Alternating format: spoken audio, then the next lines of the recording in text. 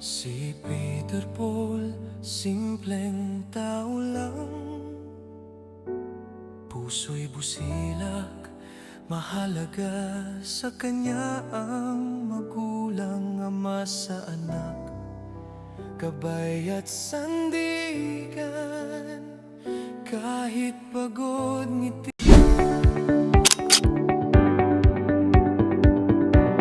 Bye! Yung ginagawa ni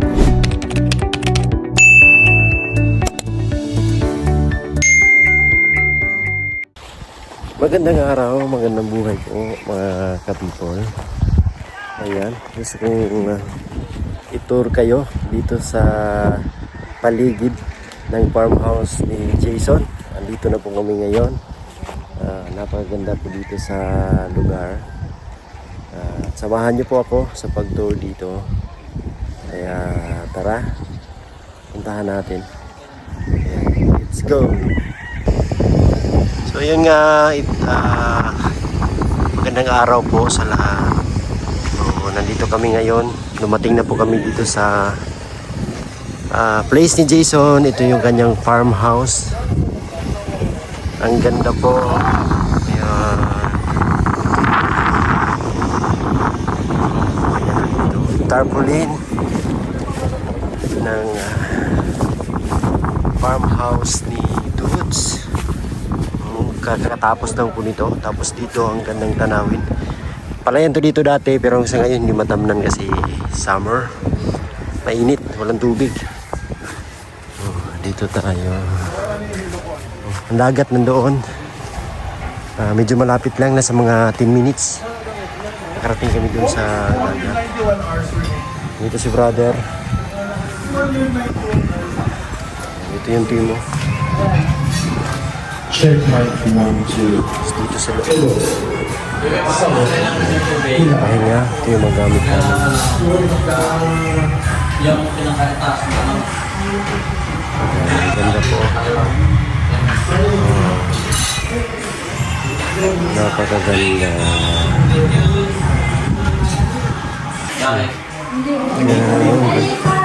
Ang ganda po. Yan po yung kitchen. Ito yung sala. Tapos ito yung kwarto. Ayan. Napakaganda. Ang place ni Jason. Ituts. Tapos wala pong kuryente dito.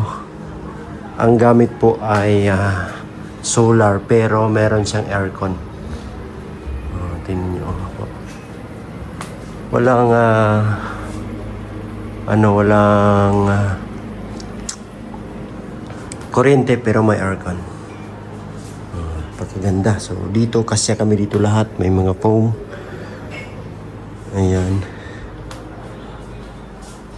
Dito yung CR. Ito is bali stock room. Tapos dito yung mga control panel ng solar. Ang laki. So ito power bank, para power bank siguro may nakalagay battery sign. Power bank siguro yan. So nag-imbak siya ng kuryente. Tapos ito yung mga breaker, mga switch, control panel. Grabe ang ng bahay ni Jason or yung kanyang farmhouse. Napaka-unique. Tapos yung mga glasses. Tingnan nyo po. May bed dito. Ang lawak. Ayan, ang ganda po ng ni Jason. Ang kanyang farmhouse dito. Pagganda ng tanawin. Tapos yung place ang ganda. So sa hapon dito malamig daw po. So talagang pinaglaanan ng panahon ni Jason na ma-prepare to bago kami dumating. So thank you Jason. Thank you sa yung pagmamahal sa team. Ayan si Sir Paul. Tulog. super nice ng bahay niya. Oo nga. I love it. super ganda. So, Hindi na nga ako mag-is. ayan. Ramdam po namin yung pagmamahal ni Jason sa buong team. Kaya sa kanyang pamilya din, maraming salamat sa pag-welcome sa amin. Ayan, nalibot natin dito. So, mamaya-mayang hapon, puntahan natin yung farm. Talaga may mga pananim sila Jason. Okay. Ito po yung mga gamit namin. Hindi pa namin na lagay sa lagayan. Dito si brother. Hello. Si Krishna. Ayan, so ayun po, galing tayo doon sa loob ng bahay. Ngayon naman dito tayo sa labas. Medyo mainit pa po. Pero, ayan, kaya naman. Oh, ayan, talagang pinaghandaan po ni Jason ang pagpunta namin dito. So, halos kompleto na, wala akong masabi. May kuryente, sariling kuryente, solar. Tapos, may tubig. Ayun. At ayan na, talagang ang yung mga tulugan namin kumpleto. Talagang napakabongga po ang paghanda ni Jason dito sa pagdating namin. So ayun na, ito po yung paligid dito. Ayan o. Tingnan nyo po, may ano dyan, bundok dito rin. Medyo mataas na lugar pero walang masyadong mga malalaking puno. Kasi nga po yung iba yung lupa dito, ayan o. Mga malabuhangin. Tapos may mga bato-bato, mainit siya. Kaya yan yung itsura. So dito naman ang pinaka-barangay po nila. Yung pinaka-barangay po nila Jason. Doon banda. Ayan. So dito medyo malayo sa kapitbahay. Yung kapitbahay na nila yan sa baba. Dito kami sa taas. So kung may gusto ka milhin, punta ka lang doon sa bayan. Pwede ka maglakad. Nasa mga 5 to 10 minutes andun ka na. Gusto mong pumunta ng dagat, ganun din. Nasa mga 5 minutes andun ka na sa dagat. Kung gusto mong maligo, pwede. Dito natin makikita na may mga kalabaw pa din. Ayan o, may kalabaw. Baka doon sa lugar nila Sir Paul, nila GR, may mga baka. Ganun din, ganyan. Dito may baka, mayroon din kalabaw.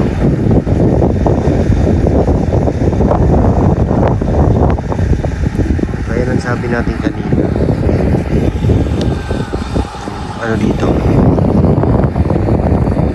palayan ngayon, hindi siya matamnan kasi summer season, so mainit po yung mga kasama natin.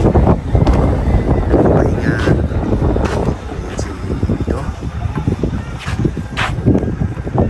Ayan, si Dito natulog sa mga itubian.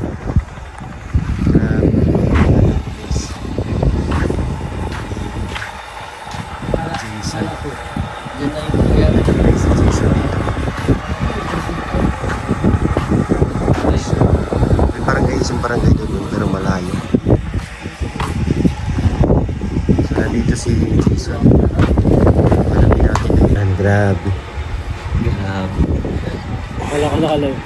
Hindi. Ayan. Ayan si Jason. Hello po. Grabe, sobrang... Thank you sa pag-welcome. na ako dati pero sobrang talaga. Thank you sa pag-welcome sa amin. Welcome. Thank you. Welcome, always welcome. Talagang- Pwede kang mag-stay dito as long as you want. Thank you. Talagang naghanda ka ba? Naghandaan mo talaga yung pagdating namin. Oo. Maraming salamat. Siyempre, ano yan eh. Nung ano nga eh, sobrang excited na ako nung dati na yung usapan na pumunta kayo. Sabi ko, Oo. ay hindi pwede nga. Hindi pwede hindi sila pupunta ng talaga. Pareho kami ni JR. Sobrang excited ko. Oo. Hindi kami nag-expect na makarating kami dito. Pang-ilo. Malaki na masyado yung braso ba? Ano natin yan, ipang ano natin dyan, no? Sa gym. Malayo ba yung ano dito? Gym? Wala, no? Malayo. Mga, kung lalakarin, mga, 10 minutes lang naman. Nice.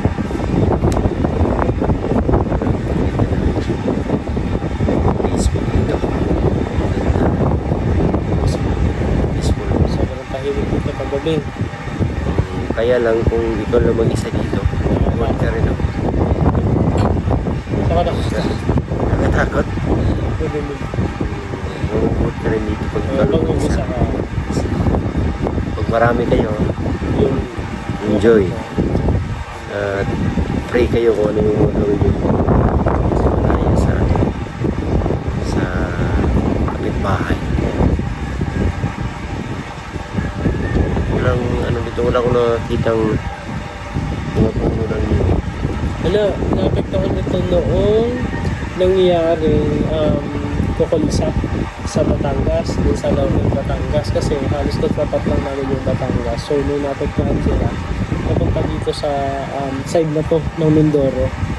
Kami yung naapektuhan talaga, as in halos zero yung nangyari. Dati, itong lugar na ito, ano yan, puro nyug talaga yan. Pero nung nagkaroon ng kukulisa, parang ano yan, 1995 ba yun o 2004? Diyan sa Batangas, yung Laurel, Batangas. Lumipad sila hanggang Kaya naubos. tapos hindi na naka-recover yung lugar namin sa doon sa Cocolisap na yun. Pero meron lang mga puno dito lang yung mga ano na lang, mga dwarf na lang. Kaya wala na, hindi siya makikita na naman. Kaya pala. Kasi pag sinabing isla is niyog talaga yung Niyog, ano, oo. niyog talaga yung pero ngayon wala na talaga. Naubos. Naubos na. So dito muna kami mangungulit sa iyo mga isang linggo. Isang linggo kami mag-stay dito. Bago uwi ng Manila to Davao. Anong data balik mo na ng Davao? Hindi ako sure pero 6 daw. 6? So ano din? Pinapakasan. Tatlo na din ang data. Ngayon isa na lang. Pagpasensyahan mo na. No, ano ko ba? Happy ako na nandito kayo. So, Nakarating kayo. Finally nakarating kayo. Kasi ganun din naman kayo sa akin. hindi namin in-expect na makarating kami dito. Thank you kay Sir Paul. Sa inyo din, maraming salamat. So, ayun lang, nalibot-libot natin ito farm Jason. Salamat po sa lahat ng mga sponsors. Thank you so much sa inyo at mga suporta, mga chatty viewers, sa lahat ng mga sumusuporta sa Pamilya Herpil. Maraming salamat po sa inyo. God bless. We love you all. Bye-bye.